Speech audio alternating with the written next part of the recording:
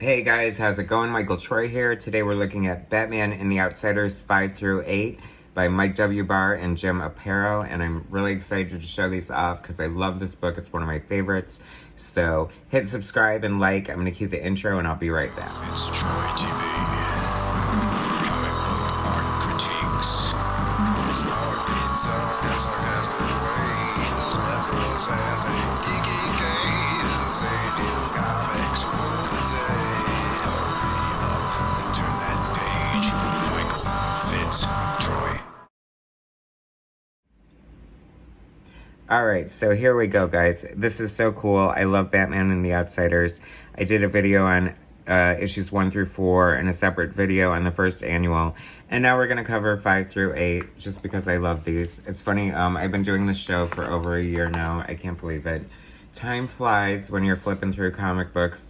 And one of the joys of doing these videos is that I feel like I'm falling in love with certain comics and comic artists all over again, and definitely looking at certain artists through new eyes. Like, I've always had a great appreciation for Jim Aparo being, you know, one of the greatest Batman artists, and he just seemed like a typical, like, kind of knockoff classic DC artist to me at the time when I was young. But now I look at his art with awe, and I think it is so cool. What I love about this cover, this was probably, I thought my first issue was like The Truth About Halo when Alan Davis joined, but I'm sure I must have gotten this issue because, first of all, it's a crossover with the Teen Titans because of Tara Markov and her brother Brian, Geo-force and Tara, respectively. And so they did this crossover, and this was cool because it was like joining covers. The Titans one was penciled and inked by George Perez. This is penciled by Perez and inked by Aparo. So that's really cool. And it has all the Perez, like, gorgeous detail going on here. It's funny because you can tell, like, he inked the Outsiders a little more like he would draw them, which is fine. Mike W. Barr, writer, Jim Aparo, artist, Marv Wolfman, co-plotter, Adrian Roy, colorist, and Len Wein, editor. It's funny because Jim Aparo also is the letterer, but I can see them not wanting to put like 12 credits for one person, but he's pretty awesome. I've talked about this before, but I always used to read like interviews with the artists, and just, you know, as an aspiring artist myself, when I was younger, I was always looking to see, you know, their techniques and figure out how they do stuff, and just very fascinated by their process. And it was very cool to know that Jim Aparo, at the time of this anyway, was penciling, inking, and lettering 1 page a day. I mean, that's a pretty tight ship. That's a pretty tight schedule. And his lettering is very cool and on point.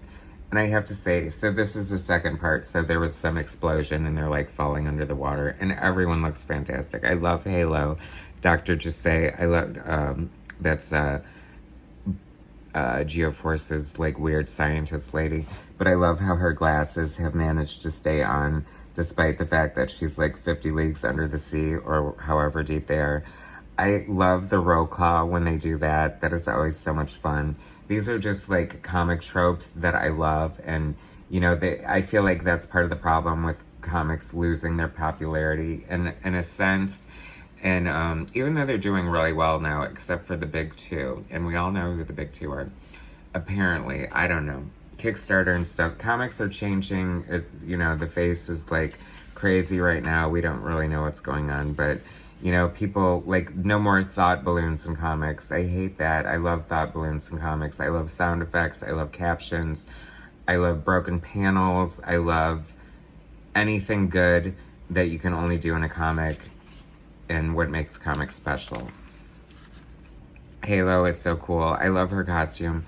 I was a little disappointed when he changed it to the white costume and cut her hair, because this is just like a killer costume. It felt like it would have been more exciting to go from the white bland one to this one, but she was kind of finding her own identity and had to have her own costume away from her origin, which I won't get into right now. Oh my God, I miss Saturday morning cartoons. See, it's the nostalgia that you guys watch this channel for. I know it is. But look how much fun. Oh my God, the Manchi cheese. Love the Manchi cheese. the Pac-Man cartoon. Oh, the Littles. I mean, this is like the puppy's first adventure. Well, who remembers that? Rubik the Amazing Cube. I mean, I love that too. But then again, I was like pretty much glued to the, the TV for all Saturday morning cartoons, no matter what they were, and I didn't know enough to know some were good and some were bad. I just know that I loved them because they were cartoons. I kind of like it. It's funny when you see Changeling in other books, and they do them a little different than George Perez would have, because that is one cartoonish looking rabbit that Changeling is turning into. Now Beast Boy, of course. And whoa, look at these guys. What are these, like the turd monsters from the sewer or something? Dr. Light, before he became a, I don't even know how to put into the right words that won't get me flagged on YouTube, but you know what he did to Sue Dibney. That was like the worst story ever. I hate that book, Identity Crisis. I thought it was a travesty, mind-wiping superheroes and the whole shebang. I mean, shame on you, Brad Meltzer. That's what I hate sometimes about like these big famous writers. I mean, no offense, I'm sure Brad Meltzer's an awesome guy and a great writer. You know, it's really great what he did to Sue Dibney, and now he's trying to be like writing all these great like kids books, biographies. Anyway, but these really big names swoop in and they feel like the stakes are high, so they have to do something shocking and grandiose and basically screw everything up, just like J. Michael Straczynski did with Gwen. I always say Gwen Stefani. But obviously, Peter Parker did not date Gwen Stefani. He dated Gwen Stacy. Oh my God, more Saturday morning goodness. That's right, there were 3 channels. So it's like, I guess you did have to flip back and forth. Mr. T, The Smurfs. This is the one right here. NBC. Proud as a peacock, baby.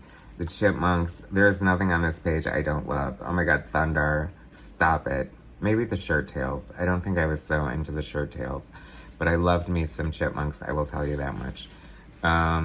Anyway, these writers with the big names, they just swoop in, they write, they do stupid stories.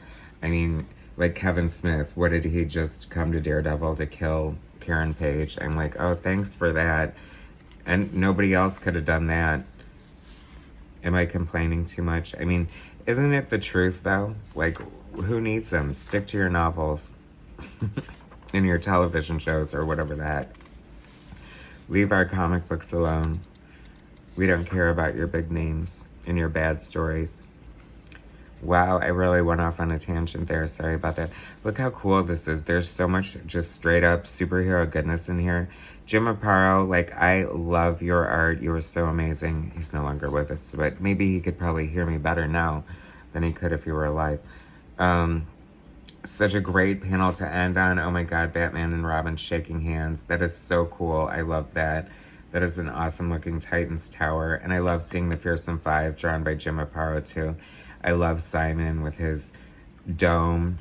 I seem to recall him having his dome like broken once. And I feel like George Perez drew that. Wasn't that in Crisis on Infinite Earths when that happened?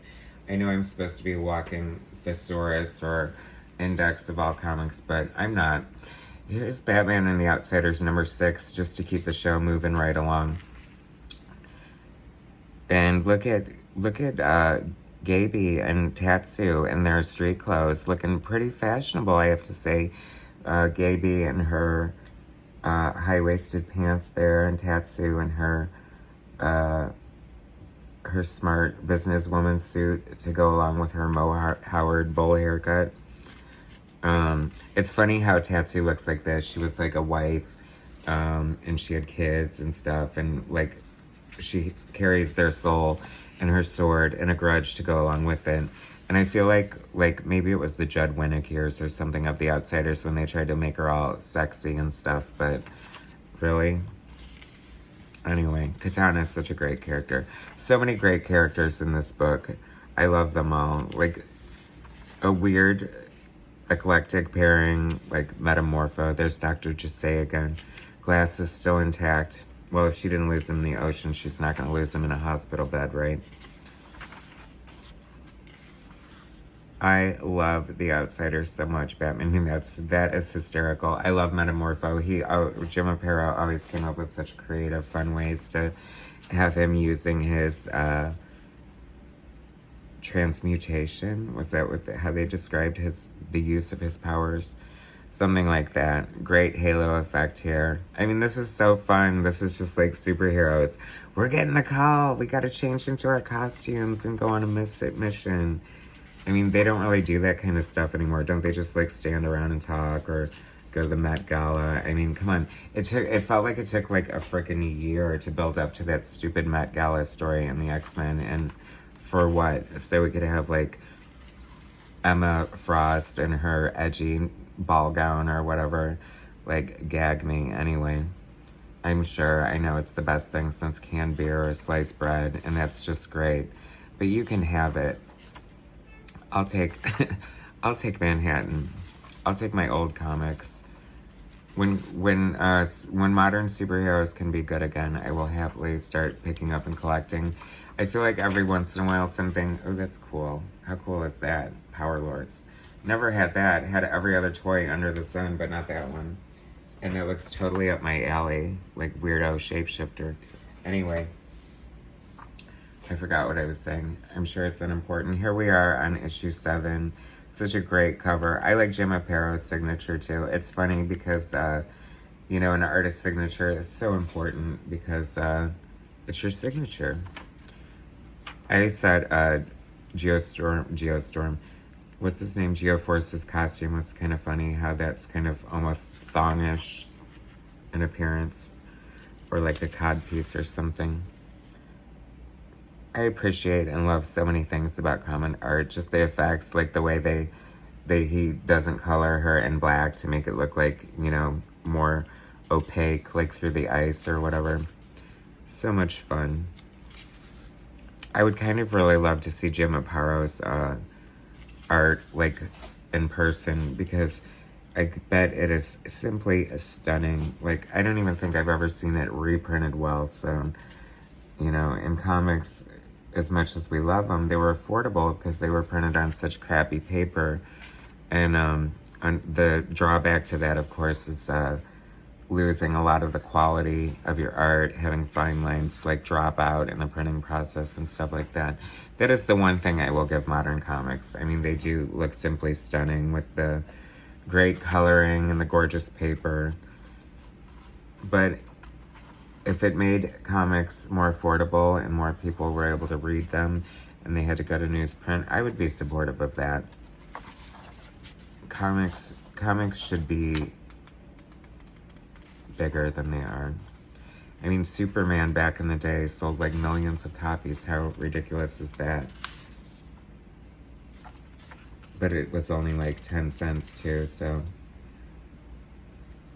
But hey, 1 million copies at 10 cents is still 1 million copies at 10 cents. Do you like how I worked that in there without having to figure out the math? That's how I am. Okay, we got one more in this round. I didn't even talk about what was going on. I have no idea what was going on, but it was more Outsiders goodness, I will tell you that. Did you guys love this series as much as I did? Because it is so cool. In this, it gets even cooler. And I didn't realize it at the time because I was more of a Marvel person, and I think like I slowly